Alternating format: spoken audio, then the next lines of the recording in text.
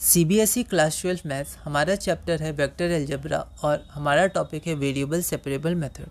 अगला क्वेश्चन है question number 27। इसका एक सिमिलर क्वेश्चन हमने पिछली वीडियो 26 में भी किया है, आप चाहें तो एक बार उसे देख सकते हैं। क्वेश्चन 27 है solve the differential equation this. तो इस डिफरेंशियल इक्वेशन को सॉल्व करना है और यहाँ पर कंडीशन दी गई है, मतलब पर्टिकुलर सॉल्यूशन हमें देखना है, निकालना है। यह क्वेश्चन दिल्ली 2019 में 4 मार्क्स का आया था। एक बार आप इसे ट्राई करिए, फिर हम आगे बढ़ते हैं। तो यहाँ पर हमारे पास गिवन क्या है, तो गिवन में हमारे पास डिफरेंशियल इक्वेशन है। तो सबसे पहले हमने डिफरेंशियल इक्वेशन की वैल्यू पुट कर दी। उसके बाद हमें कंडीशन भी गिवन है कि at x is equal to 0 y equal to 0। तो यहाँ पर हमने कंडीशन भी पुट कर दी, ठीक है। अब हम सॉल्यूशन निकालेंगे, तो हमने डिफरेंशियल इक्वेशन लिख दिया। LHS को ऐसे रखा, RHS को e to the power minus y को नीचे ले आया डिनोमिनेटर में और इसको सॉल्व किया। अब वेरिएबल सेपरेट कर देंगे, ये y का है तो इसको y के संग भेज देंगे और ये x वाले दो हैं तो इनको इधर ले आएंगे। तो जब हम वेरिएबल को सेपरेट करेंगे तो ऑन सेपरेटिंग द वेरिएबल्स हमारे पास ये इक्वेशन आ जाएगी। फिर हम इंटीग्रेट कर देंगे, ठीक है।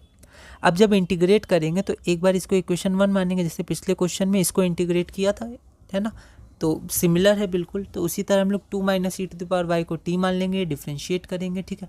तो ऐसे करके अगर हम लोग इसको सॉल्व करेंगे तो हमारा आंसर आ जाएगा। अगर यहाँ पर हमने t माना, फिर इसको dt बाई dy, तो ये हमारा आ गया इतना। फिर इसको इधर ले जाएंगे, ठीक है, क्योंकि हमारे पास ये है, ओके। तो यहाँ पर माइनस dt आ जाएगा, क्योंकि न्यूमरेटर में आप देखिए कहीं माइनस नहीं है। तो इसको जब माइनस उधर ले जाएंगे तो माइनस dt आ जाएगा। तो यहाँ माइनस आ जाएगा, ये प्लस ही रहेगा, ठीक है। तो अब ध्यान से माइनस प्लस को देखिएगा, वरना फिर आपको ओवर राइटिंग करनी पड़ सकती है ना। तो इसकी जगह हमने माइनस dt लिख दिया इसकी जगह, और ये तो t था तो ये t हो गया। तो ये आ गया minus log t plus c1, कोई कॉन्स्टेंट c1 मान लिया, ठीक है।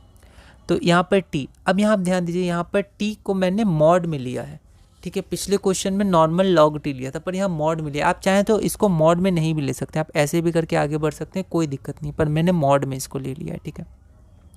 तो minus log mod 2 minus e to the power c1 plus c1। अब इस इक्वेशन 2 से जो हमें वैल्यू आई उसको हम यहाँ पर पुट कर देंगे, ठीक है। पुटिंग 2 in 1, तो ये हो गया c1 और ये तो log x प्लस 1। अब पिछले क्वेश्चन में हमने ब्रैकेट में x प्लस 1 लिया था, यहाँ मॉड लिया, कोई दिक्कत नहीं, आप आगे बढ़ सकते हैं, ठीक है। तो यहाँ पर अगर इधर हम इसको हम लोग इधर भेज देंगे, इसको हम लोग इधर भेज देंगे, तो log mod x plus 1 plus log mod e to power y minus 2 is equal to c1 minus c2, ये इधर आ जाएगा और इसको पलट के लिख दिया, ठीक है। अब जब भी log की इक्वेशन हो तो हम लोग कोशिश करेंगे जो हमारा कांस्टेंट है वो भी log में है। अभी कांस्टेंट c1 माइनस c2 है, तो किसी का log होगा, मान लेते हैं c का log है, तो इसकी जगह हम लोग log c लिख सकते हैं। अब यहाँ पर हम प्रॉपर्टी अप्लाई कर देंगे।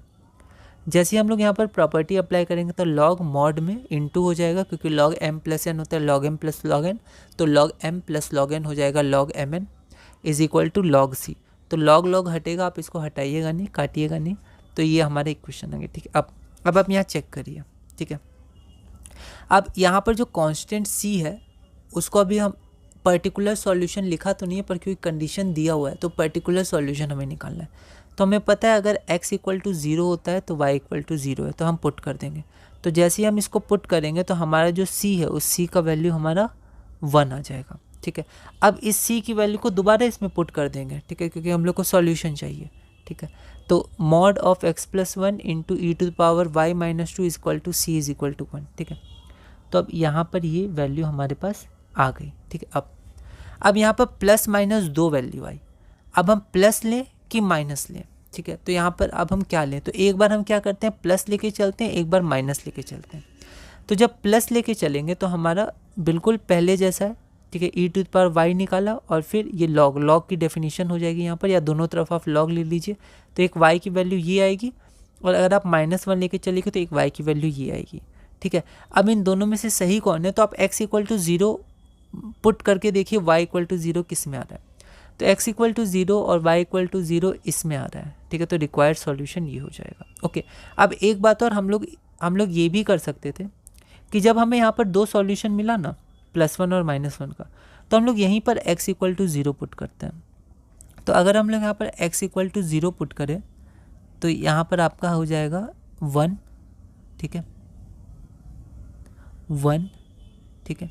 और यहाँ पर आपका हो जाएगा e to the power y minus 2।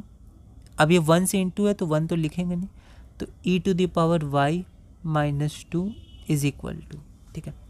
अब यहाँ पर +1 हो गया -1, तो एक बार +1 रखिए और e to the power y -2 is equal to एक बार -1 रखिए, ठीक है। यहीं पर चेक कर लीजिए, तो यहाँ पर e to the power y आपका आ जाएगा 3 और आपका यहाँ पर आ जाएगा e to the power y is equal to 1।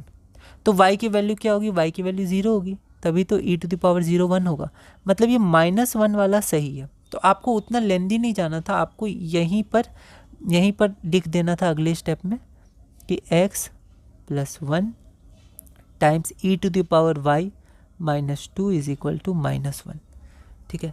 तो -1 तो आपको ये चेक नहीं करना था, तो आप इसको हटा दिए क्योंकि ज़्यादा लेंदी हो गया है ना।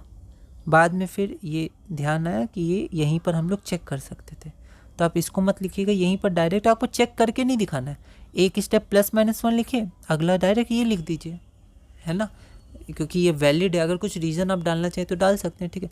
फिर आपको इतना लेंदी नहीं जाना होगा, ठीक है। फिर आप डायरेक्ट ये करिए और फिर आपको ये भी नहीं लिखना होगा, फिर आप डायरेक्ट लिख सकते हैं या फिर ये भी नहीं लिखना होगा आपको, है ना। बस ये रिक्वायर्ड सॉल्यूशन है, आप यहाँ आंसर लिख सकते हैं, यहाँ लिख सकते हैं which is the required solution.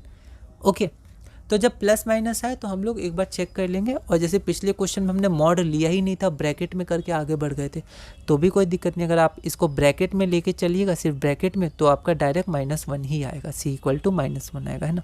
अगर मान लीजिए आप यहाँ पर ब्रैकेट लेते हैं, ठीक है, तो 1 - 2 -1 होता है ना, तो c का वैल्यू डायरेक्ट -1 होता है, तो आप ऐसे भी कर सकते हैं। ओके, अगला क्वेश्चन है हमारा question number 28, find the general solution of the differential equation. इसका हमें जनरल सॉल्यूशन मतलब c कांस्टेंट उसमें रहेगा प्रेजेंट, ठीक है। यह क्वेश्चन दिल्ली 2020 में 4 मार्क्स का आया था। एक बार आप इसे ट्राई करिएगा, अगली वीडियो में हम इसे सॉल्व करेंगे।